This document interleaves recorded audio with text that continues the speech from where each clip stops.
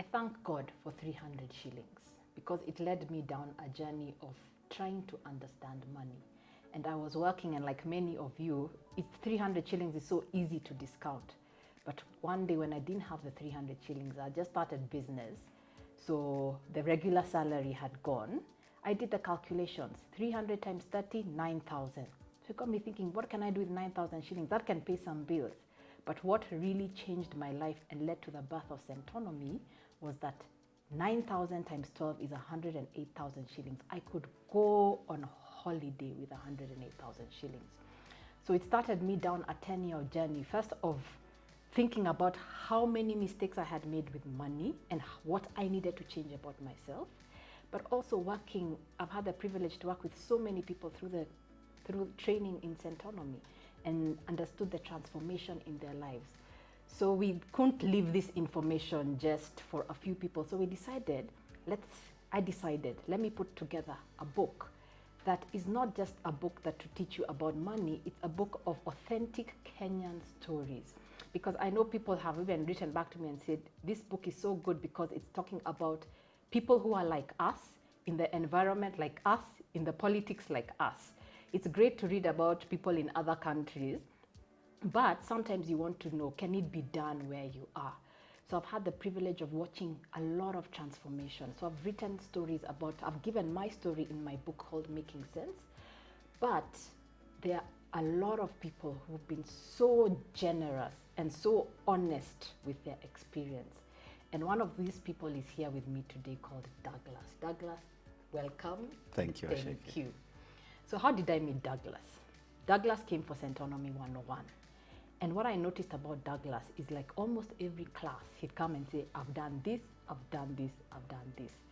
And the transformation and what has resulted in his life is nothing short of amazing. So don't take my word for it. Here is Douglas. Thank you, Waceke. So Douglas, let me just kick off our conversation by asking, what was your aha moment to come for Centonomy? So my story is long and it's featured prominently in the book. I just probably I'll take a few minutes to say before I heard about Centonomy, I was living life on at the first lane. Yeah. I was in my mid-20s. I was earning a very good salary, but I didn't have any knowledge of saving or investment. I didn't even care to look for the knowledge. I thought I was okay because I had a good job. Every month I'll get the money. And then what was interesting was the fact that I'm paid on 24th of every month, and by 1st of the following month I'm broke and I have to borrow money to make ends meet for the whole month. And then it was a cycle for close to 5 years. And so there's a time I was driving to work and I'm listening to radio, and I heard Waceke you were on radio, and you're talking about personal financial management. And there's one thing that stuck with me that you said, what happens to you today if you go to work and you find a letter on your desk and you have been relieved of your job? And it kept me thinking, what happens to me actually if today I lose this job? Because it's the only job I have in terms of my income. It's the reason I can be able to even live in Nairobi. And I looked at the options, and the only option, if I lose my job at that day, I will have to go back to the village. And I couldn't even imagine going back to the village, getting used to Nairobi and having a job, and I have nothing to do in the village. And immediately I got a lot of interest to know more about Centonomy. And that is how immediately when I got to the office, I Googled about Centonomy and I joined. Luckily, their classes were starting the same week. And so that's how I enrolled in Centonomy and got to learn these amazing things about personal financial management. I can so relate to that thing of the 24th. Yeah. Even when I was working, I worked for a bank and they'd pay us on the 24th. And I've also written about that experience in the book. And because you're earning a regular salary, you just don't think about it. So even some days, we'd go out, let's say the 24th fell on a Friday, none of us have money because we're waiting for the money to land on the bank in the account. We'd go out and at midnight we'd trot to the ATM. We were so if the bank had not paid us, I don't know what we'd have done. We'd have to peel potatoes or something. So I think a lot of people, they know they should save, they know they should invest, but because money is coming in every month, Exactly. they just don't want to think about it. And there's the lie of the comfort zone. Yes. And that is why, especially now in the current Yeah. economy where people are really being laid off, and Yes. it's just important for people to take this very seriously, because your job is not guaranteed. Yeah. Things may happen, and you always have to be prepared. Yeah. And that is why, for me, I think Centonomy is one of the best programs out here that really trains individuals to be able to manage their finances. Yeah. You talk about the comfort zone. So I think what I liked about your story, Douglas, because at some point you were also earning a good salary, but you stepped out. And I think what happens to people, just because they're earning a salary, they decide the salary is their limit. Yeah. And I think from what when I interviewed you and put the story in the book, you started looking at other things you could do, and you've even written a chapter called How Douglas Made 10 Million Shillings. So Douglas, how did you make 10 million shillings? So I really have to thank God and you, Waceke, for being the voice of God to start Centonomy, because one of the things, Centonomy got me out of a deep slumber. I thought I had it all. I thought my life was okay because I had a job. I was a manager in an NGO, and life was good. I will travel a lot. I was managing at that time 11 African countries. Everything was perfect for me. I had a totally good life. I could afford anything that I wanted. What Centonomy taught me was the fact that I also have what Centonomy, taught me. I have non-financial assets. Yeah. These are gifts that you have, resources that you have that are not financial in nature. It's more of like your gift and talents that God has given you, and the opportunities around you that you're able to bring in another income. And that knowledge, first and foremost, is the one that changed my life, because I realized, wait a minute, why am I only depending on one source of income, my salary? And given the fact that my job can end any time, then I need to be wise enough to start investing in my non-financial resources. And for me, that was an eye-opener. And what I started immediately, and I did this in module 4, the 4th class in Centonomy, I realized one of the things that Centonomy helped me understand is that my networks is one of my biggest resources.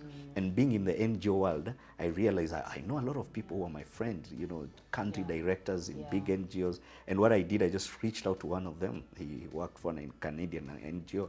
And within a week, I was given a consultancy job. And within a month, I was paid almost $500,000. And so that was my awakening moment, where I realized, wait, I can actually get this money beyond, I can get an extra income beyond my salary. And I can start investing and creating wealth and being financially free. And for me, that was now the stepping stone to really realize that there are a lot of things that I can do with what God has already given me. Yeah, and I think it's important for people to take note of that. Everybody has non-financial assets. And there are some of those assets you're using in your job, but there are some that you can use outside your job, because people also make the mistake of thinking, to create wealth, I have to go and start a business. And I think, Douglas, you're a testimony to, I think you've created a lot of more wealth than a lot of people in business, that it's not necessarily about the business, but it's how you think about yourself and what you can actually do. And I like that you talked about you are in an NGO job, you're in a traveling, you had the title. And I think a lot of people are caught up in their status. They're so caught up in their status, how they look in front of people, what car they are driving, that they never venture out or are humble enough to accept, I need to do more than I currently have. And I know this, what you told me and we picked up in the book was, at some point you also stuck with that. It was about how you looked in front of people. So because I know so many of us struggle with this, because sometimes we're thinking, that money thing is nice, but I want my friends to think of me a certain way, so I'll do it later. You talk about that whole experience. And you've hit the nail on the head, because I was stuck in what you call very well in Centonomy, the image trap. And flossing. So for me, it was more of image, because I was I was a regional communication manager for 11 countries in Africa, and I wanted that to reflect in everything that I do, the clubs I go to, the kind of car I drive, the places I hang around, and also just to cement that kind of an image to my friends, and I wanted also validation from my friends. So a lot of also where a lot of my money went to was just pleasing friends also.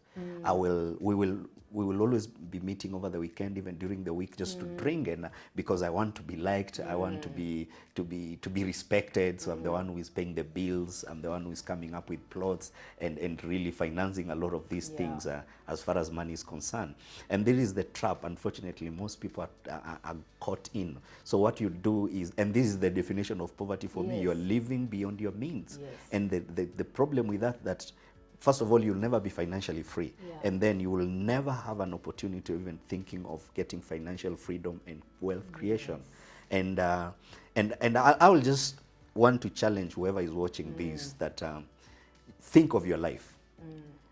Think of your life after years from now. And I will tell you something. When you have that money you have now that you're pleasing your friends, or you want to get your image, once the money is gone, you realize no one will hang around you. So a lot of people, we think our best friends are actually friends out of convenience. And this is one of the biggest lessons I also learned. And what happened to those friends when So when I changed my life, when I stopped paying the bills, when I only paid my bill when you're going out, they started just dropping off. And and by the time now I joined Centonomy, and I kind of really was strict with my spending and my budget, I honestly lost all my friends completely, and I was totally alone. And it actually hit me. Most of these, actually all of them, were around me because of what they will gain out of me. And that was a very, very, very painful realization. But I also thank God it happened, because it also opened my mind about who that I hang out with. And one of the other lessons I learned from Centonomy was always protect my environment. If I want to be financially free, if I want to create wealth, is always to protect my environment, because my environment determines how I spend my money. My environment determines how far I go in life. That environment, in Centonomy, we have a term for it, for the kind of people, friends you are hanging around them. We call them the poverty support group. These are the people, and it's anything from at work. They'll be, let's sit at lunch and complain about the company and complain about the boss, or let's go and have a coffee and talk about how broke we are. Things that are actually not helping you create wealth. Instead of going to sit and hang out with the people who've done better, but they can actually teach you something. So did you find now you sort of got new people to hang around? I got new people. Even right now, if you meet my friends, the people I hang out, and I don't have a lot of friends, because I also realize you have to be careful. So the people I hang out with, we talk a lot about investments. We have, there's the saying that birds of a feather flock together. And it's totally true. And even there's a scripture that says, can two people walk together unless they agree? So we, the friends, and I'm very choosy in my friends, because I have to walk. If I'm walking with you, we have to be clear where we are going. The destination has to be clear. The friendship has to be defined. And we need to get a win-win situation where I add value in your friendship, you add value in my friendship. If it's loop-sided, then one becomes a parasite. And then you take advantage of the other. And that's how a lot of friendships are. And what I like about the kind of friends I have is the fact that we all have common goals and common interests, and that is wealth creation, financial freedom, and not just for ourselves, but also helping other people to be able to be financially free and create wealth. In me, this is a lesson I learned, and it's in fact I talk about it in the book. It's one of the things we teach even in the first class of Centonomy. Your life experiences create a way of thinking in which leads to your habits. So if you're told things like money is not enough, it doesn't grow on trees all your life, you will adopt a scarcity mentality. And even when opportunities are in front of you, you won't want to see them. And even the way you spend money will always go back to replicating or proving how money is not enough. And I think one thing I liked about you, you were so honest in the book about how your childhood experiences have shaped the way you thought about money, and you had to address that and then move forward.